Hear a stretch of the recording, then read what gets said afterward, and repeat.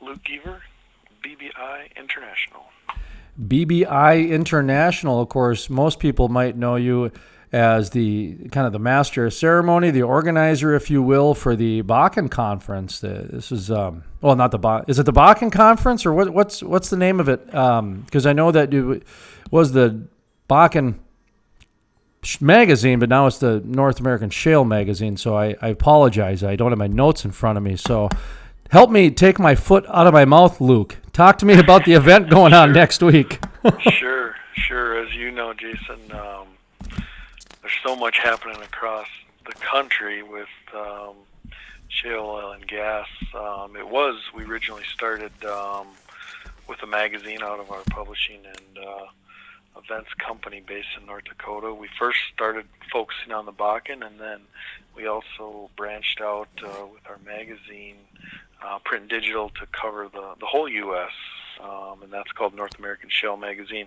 Our team at that magazine has been hosting, organizing, and putting on the Bakken Conference and Expo for about 5 years now at different places in the state. We started on the east side of the state.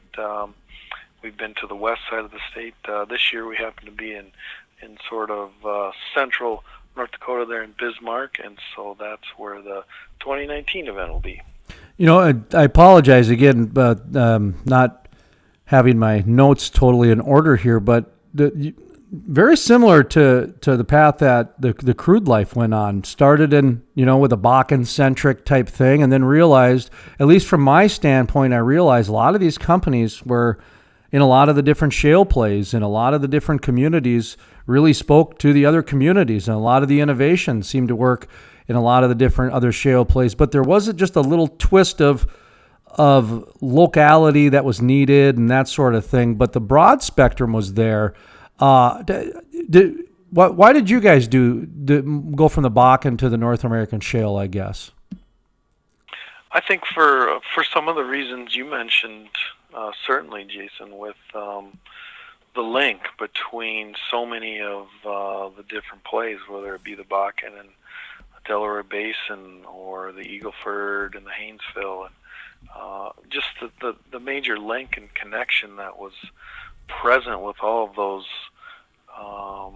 combined with just the amount of activity and historic things happening. You can imagine as yourself creating content, especially around a specific sector, in this case, shale oil and gas. It's like a kid in a candy store when you look at the amount of things happening first in the Bakken and then in the Permian. And it's been great and challenging, I would say, but great to try and stay up on the new technologies and cover all of the really exciting and unique things that are happening in one play and how they transfer to a different play, and how people figure out things with the rock in one play and how they utilize those learnings in a different place. So that's kind of why we were able to branch out and take what we were trying to do and go to the broader spectrum on the North American shale scene. And you also have that other energy scene. I know in the past you guys have done some biomass things, and that sort of leads me to my next question, that the energy industry, and you figured this out, they love all forms above. They would just like a fair marketplace. Do you see a day where you're going to maybe not combine them, but maybe kind of cross promote that biomass side of your events and business and editorial content to maybe the oil and gas side, or is that already kind of happening? Well, I think on the editorial side and the print side of things, we try and keep them pretty focused. As you might imagine, someone working at a biomass plant or a pellet mill in North Dakota or Georgia, their main focus is on how to do their job better, and so I think we would focus the content in the print side of things to those specific niches. But this year we're actually focusing on to a little bit of what you're talking about, Jason, branching out in the kind of the content offerings we have on our event side. to showcase and bring to light a lot of the different trends and opportunities that are present in the overall multifaceted energy industry in North Dakota. So this November, we're putting on a new event for us called the North Dakota Energy Conference and Expo, and it's really playing off of that all of the above energy approach that some people are for, and really the reality of North Dakota with all of the different opportunities there are for development, obviously in oil and gas, but also in the bioenergy side of things, along with wind and solar. There's so many things happening that as you know, you kind of see those things in covering the oil and gas industry, that it's too exciting to ignore, and that's why we've added a new event to our lineup this year. Like I said, in November in Grand Forks, North Dakota, the North Dakota Energy Conference and Expo. Well, I wish you guys luck on that. And what you said is true. I mean, a lot of times when you're producing the content like you are as an editor of the magazine and as well as other duties, and myself, somebody out there gathering content, that you almost can see the stars align a little bit sooner than other people, but you don't want to come across arrogant or some intellect or anything. You just want to point out those dots and say, gee, if you guys could just connect these couple dots here, you could get this. So I'm glad to see you guys are doing that conference. I think it'll go probably very pleasant. I think you guys will be pleasantly surprised, because I think this desire for all the above is out there. And I haven't seen too many of these out there, so kudos to that. Let's get to the main event topic here, which is the Bakken Expo, the Bakken Conference. This is the 5th annual, you said? Yeah, that's correct. The 5th annual. And talk to me about this year's conference. It's in Bismarck, and some of the sponsors you want to mention, some of the speakers, some of the topics. Feel free to kind of run the gamut a little bit. Yeah, definitely. I think a good place to start is just to talk about the agenda and what folks are going to talk about. It's interesting how much like a magazine issue or a special report, this agenda for the 2019 show really kind of had its own themes emerge. And I was talking about this with our team the other day, and it's just been interesting how it seems fitting that in a state like North Dakota, where we sort of embrace new technology with things like drones, that I think half of the first day of the event has presentations touching on new technology, big data, kind of those trendy words and ideas we hear a lot with drones or data or AI. And we've got speakers coming to talk about work that they've done, they can do, or are already doing in the Bakken with things like artificial intelligence to help with automating well sites, taking unutilized flared gas to power data centers on site at a well site in North Dakota. There's also some folks coming to talk about some of the work they've done down in Houston and Texas with water hauling supply and implementing blockchain technology and how they're doing that. And so that was one of the major themes that kind of just showed up after the agenda building process, was how the newest of the new technology in the quote unquote digital oil field is really playing out in North Dakota. What kind of response are you hearing anecdotally, either around your office or from people you interview to people, that are out in the field on the whole digital transition from, the AI to just even the human resources department? I remember interviews doing with people 3 years ago, and they were still bucking the horse on, big data in the HR department. I can't imagine, bringing in a drone or an artificial intelligence, but you guys are cutting edge covering this stuff. So what's kind of some of the early words you guys are hearing? Well, it's definitely been interesting, and I definitely understand your sentiment too, Jason, that there's always going to be certain people that that don't think certain technology is needed. But when you listen to the companies talk about their technologies, one thing that really stands out is many of them have actual case studies and projects that are already completed that they've performed for clients, whether it be in the Bakken or in the Permian or out east in the Marcellus. They've all got these proven track records now where they've already implemented this stuff, and they're excited to talk about sort of lessons learned and updates or efficiencies gained from whether it be a well site or an office or new technical analysis of how to create a better completion design for a long reach lateral. It's been really amazing, really, to see that maybe in years past when it was more talk, there's definitely been more action that's been completed on some of that talk. And as you know, in the oil and gas industry, that's really important for companies to have that case study data to back up some of the claims that they're making with this stuff. And so that's what it's exciting about the conference this year is all of the talks. They have case studies, and I've seen their PowerPoint presentations already, and they have some really cool graphics to show here's how we implemented this, and here's the positive change that resulted.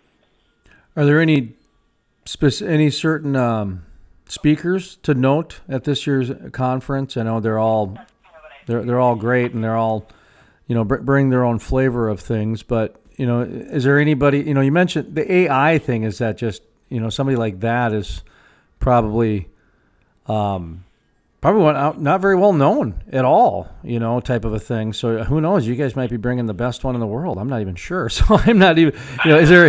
Is there kind of some speakers that you care to mention? Yeah, definitely. I think if you're talking about AI, we've got Brian Arnst. He's the director of optimization for a company called Ambient, and just a little under a year ago, they worked with a small company out of Norway, who's since changed their name to Equinor, and they worked with them. A small company is obviously a joke. They worked with Equinor in the Williston Basin on bringing AI to the well site and helping with determining the efficiency of rod pumps and the stroke length and things at the pump jacks. And they're going to talk about that on the artificial intelligence side and how they've been able to help and what they've kind of learned since. Another company that's done a lot of really interesting work with completions. Those are changing all the time, and because of new completion designs, we hear the popular talk that fringe areas in the Bakken are again economical because of new completions. Well, there's a company called Drill to Frac with Pascal Reyes Aguirre that is going to talk about in his own terms how to listen to the rock, and why new downhole modeling and information is sort of changing the completion strategies of companies and what it's doing. And they've got a unique technique of measuring a rock's mechanical specific energy that they use to help sort of determine if a certain portion of a lateral is stimulated, how that'll affect the overall completion design and optimization of that well. And he'll, I'm sure, Pascal will go into much greater detail on a more technical level than I ever could. But he'll be a great one too. On the the investment side of things is always really interesting. I think the second day of the show, we've got two back-to-back speakers that are going to talk about the investment side and what Wall Street wants from some of these major Bakken producers now. And we have James Chu, who's the chief technical officer and the project production specialist for a company that actually works directly with operators to say, hey, here is what Wall Street wants. Here's what the new investor mindset is. And then they work with them to sort of help them figure out how to accomplish that. So when you hear, the terms of free cash flow and operating within cash flow and things like that, James and his team can help people and companies do that. And then one more that I definitely think is worth mentioning, Jason, is Nicholas O'Grady from Northern Oil and Gas, and that's a non-op company that participates in a lot of wells in the Bakken, and they've got a unique history, and they've sort of been revitalized in the last few years. And the most interesting thing about their company is they have participated in, I think, more wells than any non-operator in the Bakken ever has. And the amount of data and insight they have to a majority of the wells ever drilled in the Bakken is just incredible. And it's amazing to talk with them just about the things they've learned, kind of the trends that they've seen come and go with operators in the Bakken. And they're going to talk a lot about that and their story and sort of why they're so uniquely positioned as a non-op investor for the Bakken. So those are definitely some of the speakers that I'm excited about for sure. How about when it comes to some of the sponsors for the event? Any sponsors you care to mention? Yeah, so we've got a lot of different sponsors this year. We have Boys in Blue, Celtec International bringing some new technology, along with CP Energy Services. Originally, they wanted to bring a major piece of equipment into the event center there in Bismarck, but I think we, as much as we tried, we couldn't handle bringing in multiple semis worth of equipment. That's how big it was. But they're going to be there to talk about some of their new water, sand, oil and gas filtration technology that they use in other plays that's really made a big difference in getting rid of a lot of the oil field waste. So that's really an interesting one. We've got Veriforce and PEC, and then it's great to have companies like Troutman Welding and Fabrication who are on the sort of the ground level of things, helping to manufacture and work on some of the new technologies or just the day-to-day equipment needed to help the Bakken produce. What are we at now? 1.2 or something like that, however many barrels of oil per day it is. But it's great to have companies like that. Well, let's get the rundown of the event as far as the dates, times, locations, anything you want to make sure that gets mentioned so that people have all the right information. So for the Bakken Conference happen in 2019?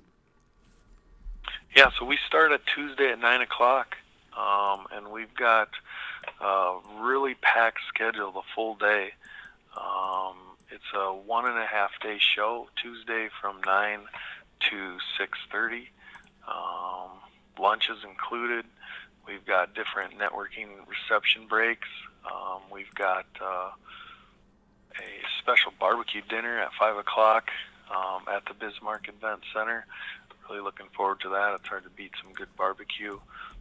During the lunches and the evening reception break, we've also got an innovation stage set up for a number of researchers from the University of North Dakota's Petroleum Engineering Department to talk about some of the incredible work they're doing with downhole and surface operations out in the Bakken with some of their major partners, some Bakken operators that everyone would recognize. They're actually going to be talking. I think we have 5 or 6 speakers lined up to also be talking in the expo floor when everyone's walking around talking with the exhibitors and such. Wednesday, we start at the same time, 9 o'clock, and then we go till 1:30. And one of the nice things we're doing, which you and I were just talking about, kind of a roundtable discussion. Those are always great to listen to. They're kind of refreshing. No PowerPoints, no prepared remarks.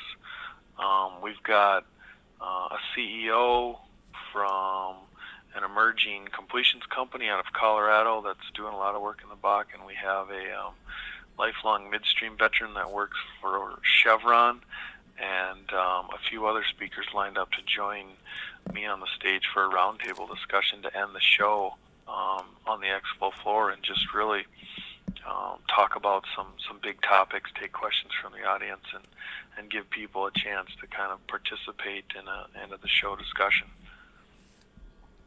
They're going to take questions from the audience, huh? Yeah, yep.